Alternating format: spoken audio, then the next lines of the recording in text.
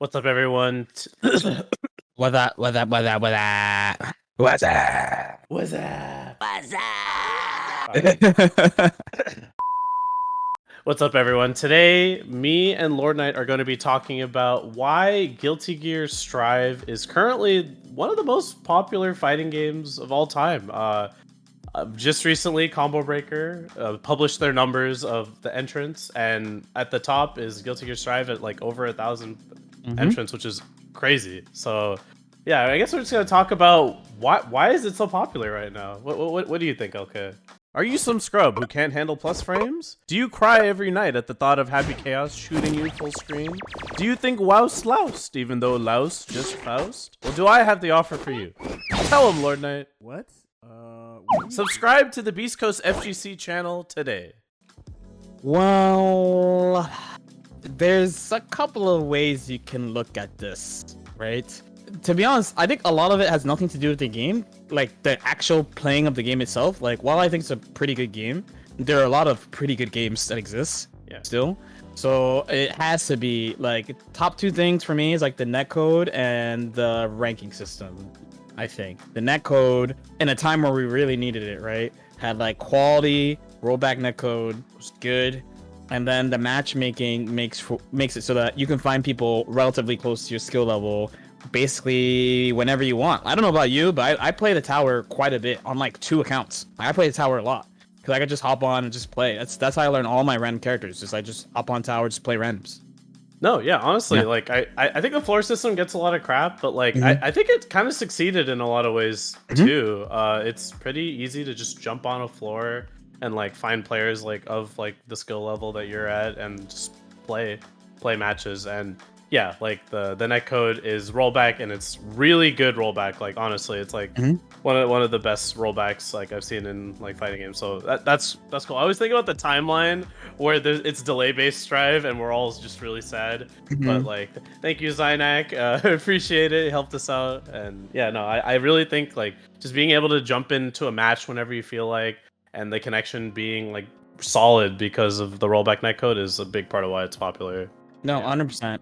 Yeah, and as far as the tower specifically, like the matchmaking, because I know a lot of people talk about Celestial and stuff.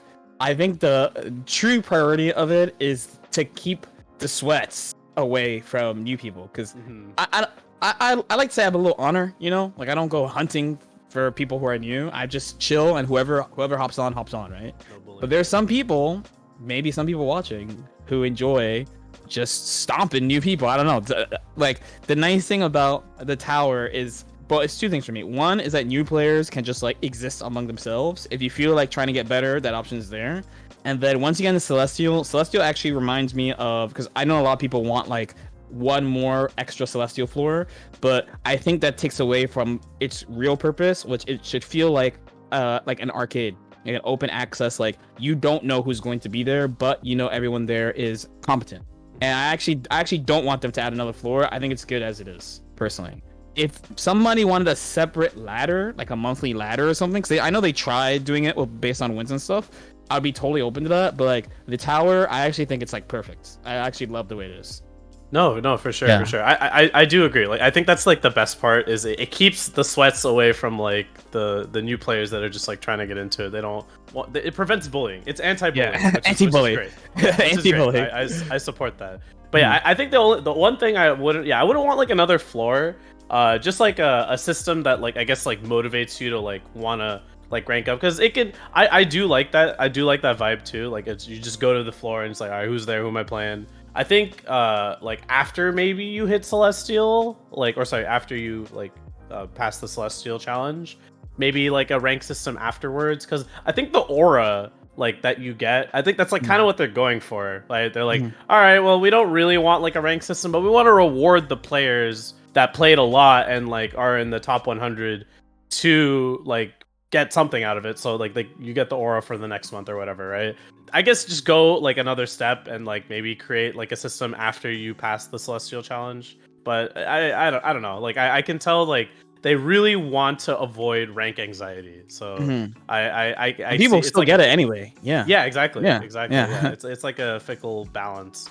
But yeah, no, I think another thing actually that about why Strive is so popular is it's Dragon Ball Fighters. I actually think it's like a big part of it is because Dragon Ball was such a huge success and got a lot of people to like try an anime fighter, an Arc System Works fighter, and they're like, wow, this is fun, like I'm down. And a lot of Strive players that I talked to, they started with Dragon Ball, like, or they played Dragon Ball before and were like, yeah, and then Strive came out and I tried it and I liked it. Like that's actually like a thing I hear pretty often. So shout out to Dragon Ball. Yeah, shout out to Dragon Ball. Yeah. Showing people the light of Arc System Works. That would actually ties to like the last thing that I had technically. They actually tried to market the game. Oh yeah. Yeah, because the thing is, like, I mean, we've both been around for a while, right? Yeah. So like, they never really advertised BlazBlue in the US like ever. Like, you know what I mean? Yeah. The only reason I heard about BlazBlue is because I already played fighting games. Like, I don't think I would have heard of BlazBlue if I didn't play fighting games already. Persona got a little, you know, but then like Xrd, I will never forget. And I think I told you this before. Like, there was just a day I was playing Xrd, and I was like, why does no one play this game? Like yeah, it has a bunch of annoying shit, but it looks beautiful. It's fast. Like 95% of the time, you can do sick stuff. Like, why? And then Dragon Ball came out, and I was like, okay. But when this game came out, they actually, people might have forgot, they pushed this game super hard to the point where it was getting memed. Like, people were memeing about like trying to snipe VTubers who got the game early, because all like the huge VTubers with like millions of subscribers got access to the game and they played the game. They were doing all types of stuff they don't normally do. And clearly, I mean, I hope they understand it really helped with the game. Like, if you market outside of Japan, people will buy it outside of Japan. Oh shit! Yeah. Who would have imagined, right? Yeah, no, dude. There's so many trailers of like coming up to the game. We heard like smell of the game like 80 times. We're just like, dude, yeah, there's a ton of trailers and marketing, but like, it worked. It did a great job. It did its job. Mm-hmm. And in past Arc Sys games, their primary audience was the arcade cats, you know, like the people in Japan playing it on the cabinets in arcades. Like that was their main audience, the moneymaker. So it makes sense that like that was the focus then, but like now, like that's not the case anymore. Arcades are not as popular as they used to be by a long shot, and it's the console space and like the PC players, like that we're the ones that play fighting games majority now.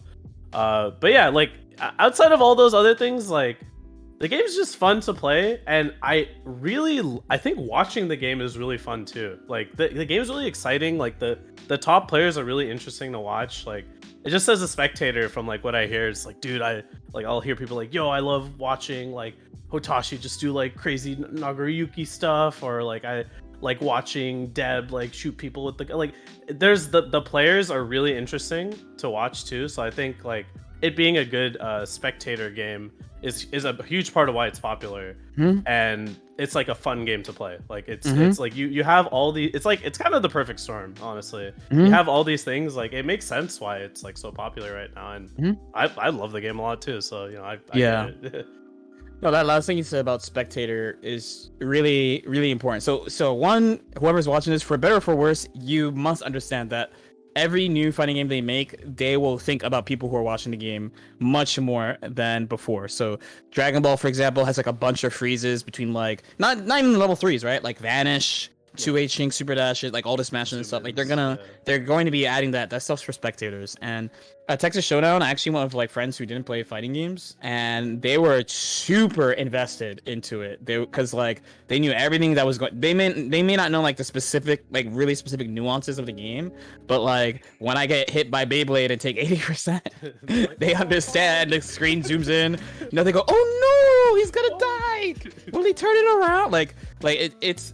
Even though we understand that the game has a lot of depth and a lot of nuance, there's a lot of things we could build on it. It also is able to. This game has the ability to express itself to people who don't really play fighting games, which I think is important as well. Because I mean, that just means more people who are invested in the game, which I think is a good thing.